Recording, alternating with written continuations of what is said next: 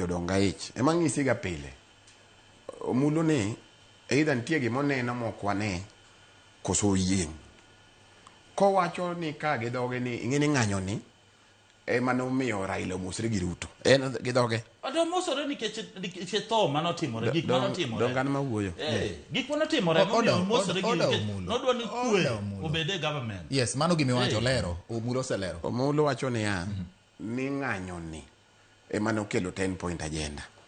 omulo gi dhoge akeni obiro kaka onge network koso kendo obiro wacho ni ng'anyo ni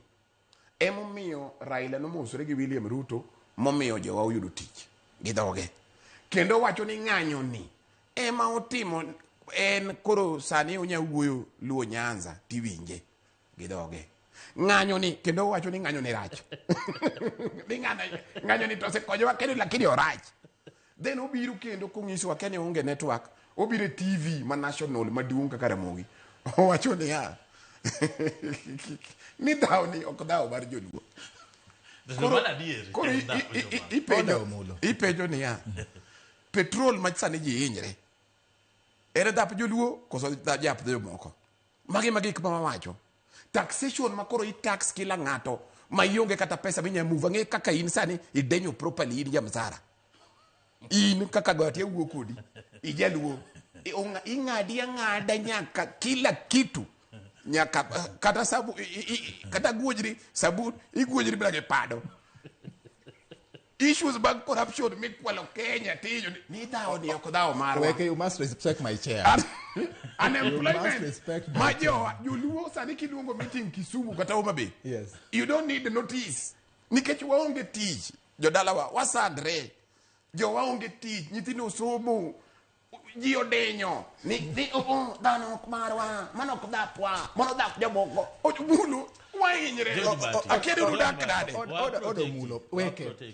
koro yes gima watimo 25th onge ng'anyo iparo negi Gen Zs no the street nikech gik mokadi apagariyo yes gigi en kama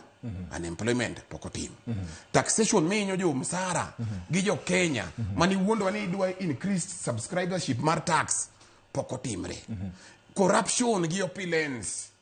ma bewa ne wandike 10 point agenda pokotimre kata sani gi uniso ni gin gi 2 billion 2 billion ni pogingiso ni ya 2 billion ni idwa time nade oseyang ka kidhi poge ne ji wawacho ni ya gi wacho ni time an ma wuoyo gi wacho ni idhi chake from 2017 yaka sani king'iyo jo mosehinyre gingo ji 1010 kigo 1010 divide by 2 billion nikech gionge system kaka idwa ming'a mano hinyre tiende mano wang' mano timango mano be otamo gi timo kigo mano en kila ng'ato imiyo 200,000 koro ng'ama no tho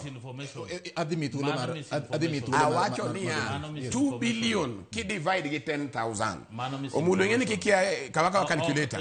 en 1,200 koro ng'ama nyathine no tho monig gi serikal aching ni koro idwa mi 1,200 koro mano ikonyo family ok wanyal yie